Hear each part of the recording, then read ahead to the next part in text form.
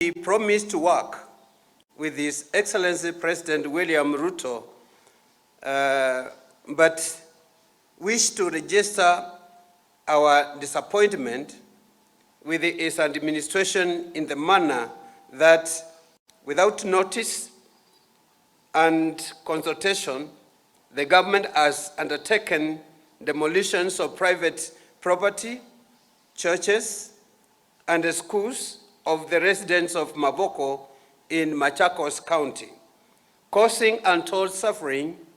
However, we feel that our mutual understanding, respect, confidence, and a consultative spirit have been breached, which we promised the President when he last visited.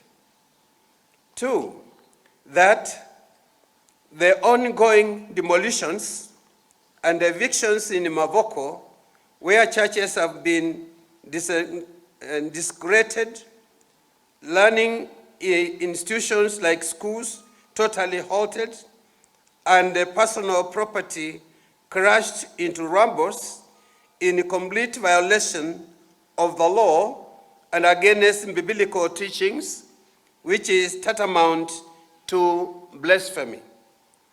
3, that the demolitions are a violation of human rights and against international law.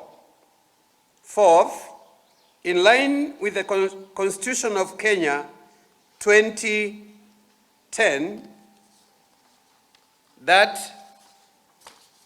Article 1, that the territory of Kenya is divided into counties specified in the 1st century. The Article 2, the government at the national